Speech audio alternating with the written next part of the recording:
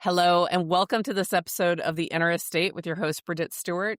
My guest today is Sheri Pettus, an incredible powerhouse agent from Atlanta, Georgia. Sheri, thank you for being with us today.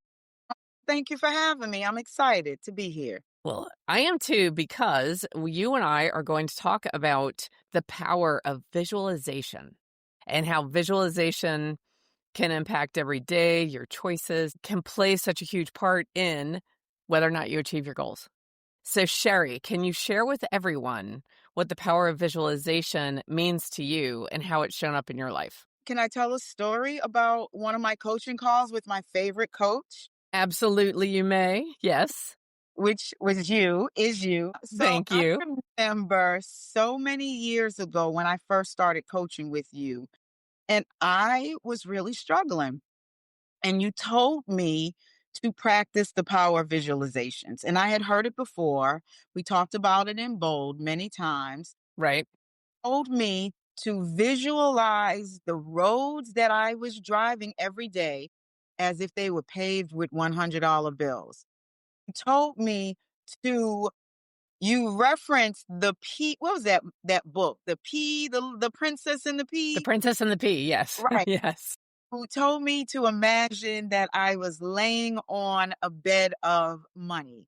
You told me to imagine standing in a river, and I still close my eyes and do it. And as the water's rushing towards me, it's really not water, it's $100 bills. I do it all the time. I envision what I want my next steps to be. And I believe between, having a vision, believing in God, and just doing the work, just you get results. Right. And it's funny because I do remember talking about that river analogy.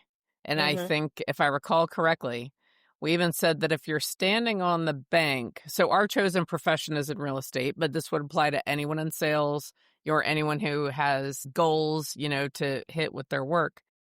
When you're standing on the riverside, you're just watching all of it flow by you.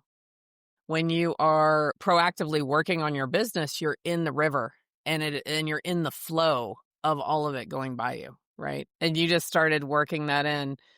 So how else have you used visualization? Because I believe you've also used it in other areas of your life, not just at work. Absolutely, with my kids, being a mom, I struggle with not stressing out over my kids' safety and health. I'm working towards not thinking the worst. Right. So Right, I right. literally envision my kids being successful I have one that's in real estate. I have one that's in fashion design. I have one, she's not quite sure what she's doing. Hmm. However, I do envision all of them very successful. When I set goals at work, I envision those being successful. And I really believe in putting what you want out into the universe, Right. whether it's writing a sticky note and hanging it on your computer screen, Hmm. or in my bedroom on my mirrors. I have things that I want in red lipstick, and it's been up there for years. I bet if I tried to wipe it off, it would Probably probably wouldn't come off. it's probably not off, right? A classic example, when one of my children used to play softball, she was in middle school, I think it was, and she tried out for the softball team. And she was so upset. She came home. She was like, I'm not going to make it. I'm not going to make it. And I said, you have to believe in yourself. And this is really at the beginning career of Keller Williams, me learning affirmations and bold Right, and all the steps. right. And I said, you have to yell it out in the universe that you're going to make the softball team. And she's like, I'm going to make the softball team. And I was like, no. I rolled down the window. She was in the back seat. I rolled down the Right. window, yell it out the car window. She's like, I'm going to make the softball team. And Right, right. if you don't yell it at the top of your lungs, I'm going to make you get out of the car and stand on the corner and scream it. And she yelled out the window. Well, she made the softball team, Right, right? It was right. fun sharing that exercise with her. I'm a believer words make a difference. Absolutely. They absolutely do. And the words that we use It impacts our self-perception, and then our self-perception is gonna dictate a lot of the choices we make. Absolutely. Absolutely. I So believe you have to believe. You know, they have that saying, can't, never could, right. right? I tell folks all the time when I hear agents say, well, I am going to try. I cut the Yeah. mid sentence. I don't mean to interrupt you.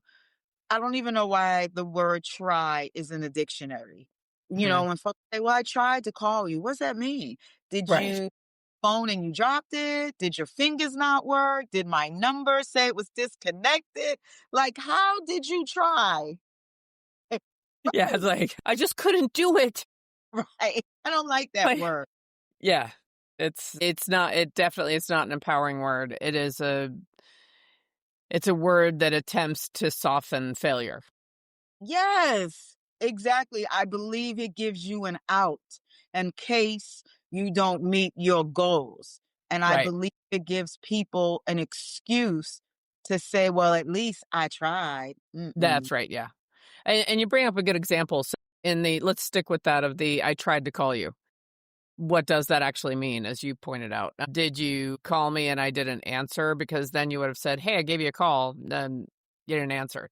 So it's not yeah, it's a word that has it's like a slow leak in a tire, and the more Mhm. often you say it, you may still be moving forward, but you're not moving forward as fast or as safely or as consistently as you'd be able to without that leak. Right. Yeah. Absolutely. That I like that analogy. Try is like a slow leak in a tire. You're gonna get there, but it'll take you longer and it's tougher. Bumpier ride. You have to keep, like, adjusting your steering. Yeah, I definitely recommend not using it. No, it's like, you know what I mean? And I will literally ask someone, I am a little petty, and I will literally ask them, Sheri you try, Pettus. right, right. I will ask them, you travel, what happened?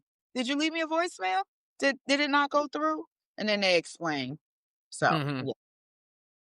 Well, that leads to another law that I know both you and I embrace is clarity is power. So that's the Mhm. other issue with that is that there's no clarity in try. Right. Yeah. So it's definitely a good idea to steer clear of that. So you have these visualizations going where you know that if you're on the river bank, you're just watching all the wealth pass by. If you're in the river, you're in the flow and it is available for you to grab. How did you work that into your business and what did that visualization cause you to do? So how did it impact the actions you were taking? More consistency. I am big on making phone calls. I taught a class yesterday downtown, and I remember having a conversation with a few other agents, right? And I feel like when you set your goals and you write them down and you look at them and you practice them, you have results, right? And then I tell agents, like yesterday, I asked a young lady, she was like, well, I just want to have three more closings by the end of the year. And I was like, girl, three? You mean the end of the month? She was like, no, the end of the year. And I said, well, do you think that's achievable? And she said, oh, absolutely. And I said, well, I was taught that if your goal doesn't scare you, make Right. you nauseous, make you go, maybe it's not big enough. Mhm. I said, how about 10 by the end of the year? And she was like, I don't know if I can do that. And I said, okay, well, then that's your goal. I said, why don't we make it 12? She was like, look, but I feel like you really have to tell yourself what you want. Yes. I really have to remind myself that try is not a word in my vocabulary. When folks say, I think I can do this, or when people say maybe or Right. might, I don't like words of doubt. No, I don't either. I think they're like loophole words, Yes. right? They give you a loophole to get out of what you committed. Yes. So I work on not using those words. And, it is. been a long road, and I Mhm. still doubt myself. I, just like everybody else, probably, I suffer from imposter syndrome. I I think a lot of times I'm not good enough. I think a lot of times I should be a lot further in my life and in my career, but at the same time, I am very grateful for what I've already accomplished. And you know what God has for me coming up. Yep. Tell me, how does faith work into it? So you've got it's not just you by yourself, you've got your faith. Tell Yeah. me how that plays in. There's been so many nights over the years that I have cried myself to sleep. I can have 10 listings and 10 under contracts, and I am still worried. And this past year has really been a journey for me to stop worrying. When Mhm. I look at all the times I cried myself to sleep over whatever, my kids, my ex-husband, my business, my bank accounts, I am still here. I'm Yes. still blessed. I'm still very grateful, and God has never let me down. And two of my daughters always remind me, Mommy, why are you getting upset? Why are you getting upset? And then when I give them a success story, they're like, see, told you. Mhm. So I also have to remind them of the same thing. Right. I really believe, see, I don't say I think, I really believe life is about having dreams and goals. If not, what's the point? That makes That's it right. makes it interesting. We're all here for a short amount of time. We're all not going to be here one day. Why not have a ball While we're here. while we're here? Do something good for some other folks. One of the things I taught my kids when they were younger, my children had to do volunteer work. Mhm. Every Christmas, they had to fill up a trash bag full of clothes and toys, and we would donate it before you could get your presents. So, volunteer work is part of my goals. That nonprofit that I have. That's Right. that's what makes life interesting. I It mean, really does. what else we got to do? So can you share a little bit about your nonprofit and how you created that? I got that nonprofit idea from reading The One Thing. It was Mhm. one of the first books I read when I joined Keller Williams. I've been with Keller Williams since 2012. Okay. And I read The One Thing and I went to my first bowl. And they said, come up with your big why. Mhm. Everyone says, I got into real estate because I wanted to help people. No, you didn't. You got into real estate because you heard we make a lot of money and we have a Right. lot of free time and Yes. our schedules because I'm on a flexible schedule. Right, right, right. I Yeah. worked like a dog I know. my first Yeah. decade. Like I would go on listing. I'll never do it now. I would go on the listing appointments at 8 o'clock at night. No, Yeah. ma'am. No, ma'am. I'm not doing that now. Eight Mhm. o'clock. I'm already sleep an hour. I go to bed Right, yeah. early. That the one thing got me to figure out what my big why is. And my big why, and I've had permission to share this story. My Mhm. cousin had still does have a has a challenge with addiction. And she never graduated high school, never went off to college. College saved my life. My mother made me go. Right. I am an advocate for children to get to school. Our scholarship gives away money to local seniors at the high school my kids either graduated from or the high school that's close to my office. And so part of the application process is they have to talk about their volunteer work, Very right? good. Right. So that is what I got out of the one thing. That's how I created my scholarship. And we've given away $75,000 over the last 5 years. That's amazing. And some of those first kids that got the scholarships have graduated college now. And I'm like such a proud mom watching Yeah. these graduate.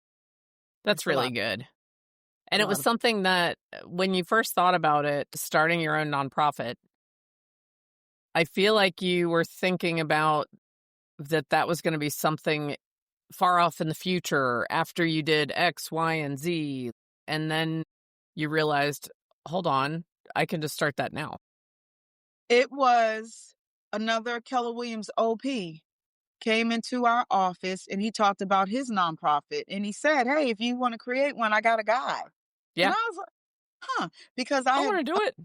I had my assistant download the paperwork to create a nonprofit. And it was like this thick.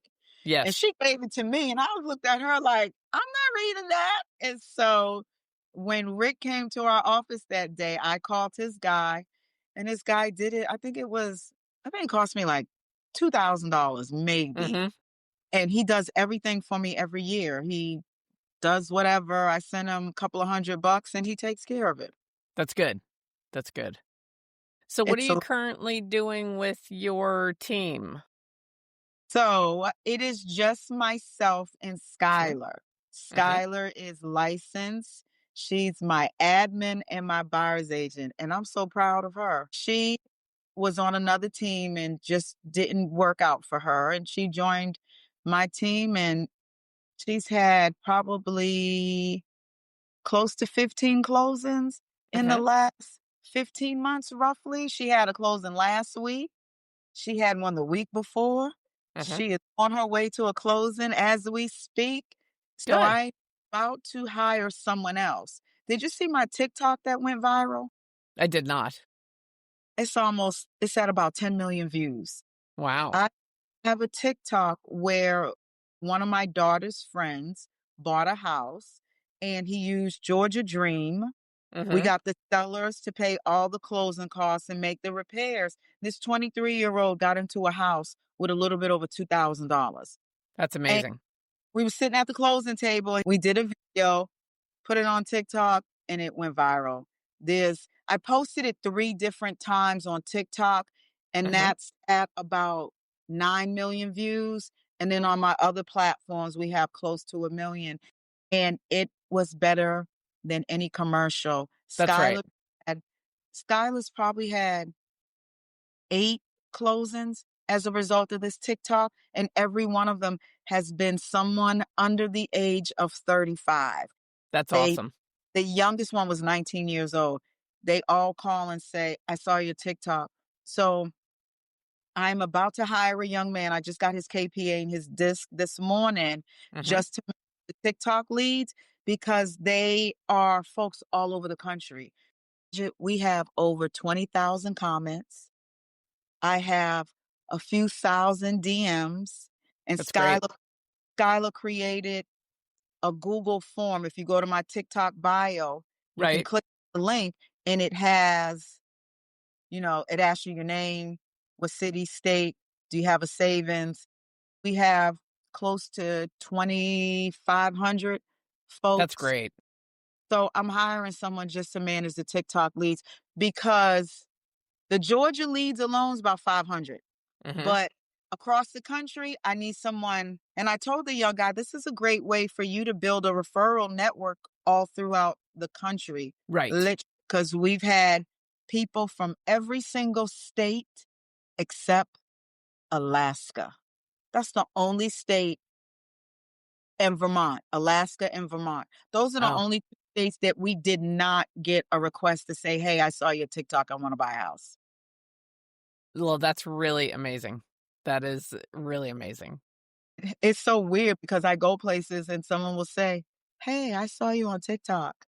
Hmm. Like my daughter's friends calling her like, "Is your mom a realtor? I think I saw your mom on TikTok." Yeah. 10 That is so, views. that's so funny. You remember my begging video? And I I was do. like, I remember that. Yes. Yeah. that got probably 10,000 views. And I thought I was the bee's knees when I Right. got 10,000 views. No, we're up to almost 10 million views. TikTok wants to monetize me, but I don't feel like going through the red tape to figure out how to do it.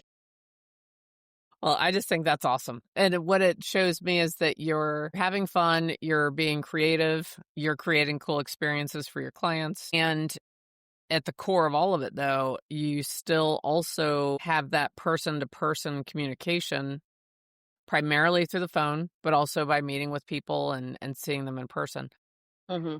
So you're combining the traditional human element that everyone craves, whether they admit it or not, as Right. well as taking advantage of these new platforms and new technology and new ways of communicating. And I think that's why you're having the level of success you're having is you're combining those two things. You're not making it just all one way or all the other way.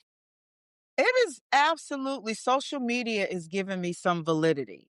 And when I go on my listing appointments, I show them my TikTok because I have almost 68,000 followers. Right.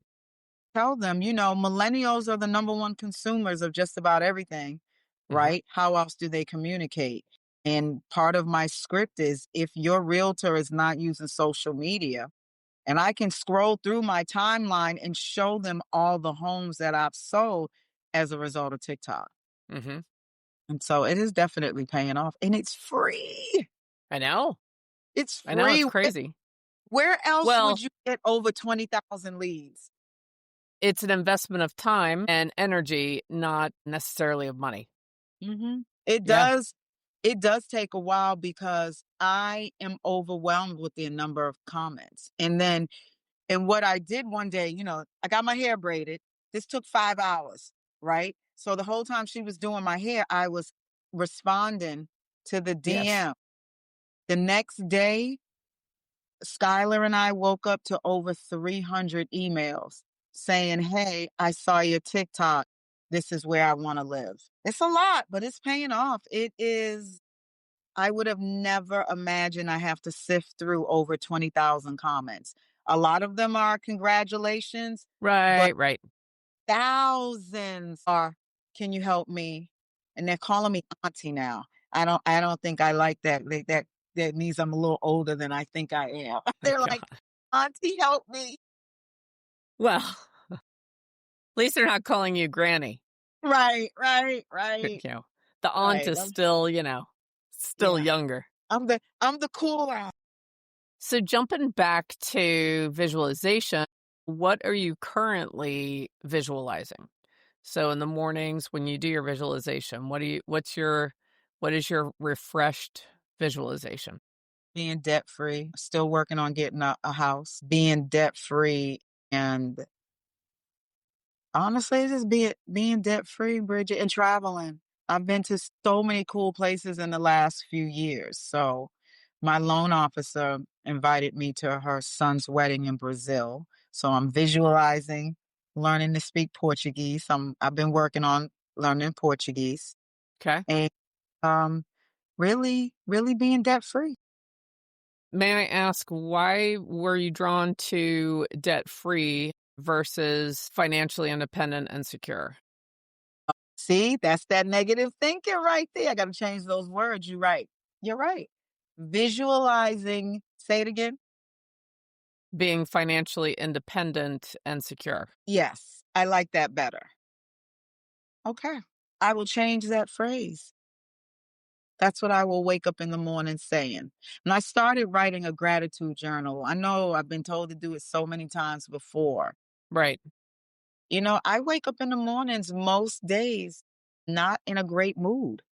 And I don't know what happens when I go to sleep. Like I go to sleep in a good mood and I Mhm. wake up and I physically have to go through a process and say, "Sheri, you're healthy, you're alive, your kids are good, your bills are paid, you got a ton of food in your refrigerator, you're getting ready to go on a trip.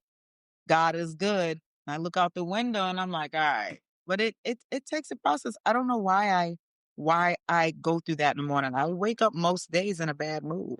And I have to go get it together. And then after a few minutes, I put on some red lipstick. Sheri Mhm. Pettus is back. So you've got a process for it. Hmm. Okay, good. Good. And then by the time, like you said, like by the time you're getting dressed and ready and getting out the door, you're ready to take on the day. I get in my car, and you told me long time ago, turn on a good song on the That's way to right. work. And before I'm even out of my driveway, I know my neighbors get sick of me because my windows are down. my rooftop is open and my music is on maximum and I'm rolling down the street like I'm 20 car again. That's Always. good. I love it. I love it. So this has just been really exciting. Is there anything else you would like to share? Especially if someone is out there and they're like, I don't even know where to start. If someone is feeling overwhelmed or they're in a negative headspace or they are skeptical and they're like, oh, visualization is a bunch of hocus pocus. What's one first step they could take to start allowing this change to come into their life? So this might kind of, I'm going to say two things. This might kind of sound a little hokey, but about a year ago, I got a pillow off my couch.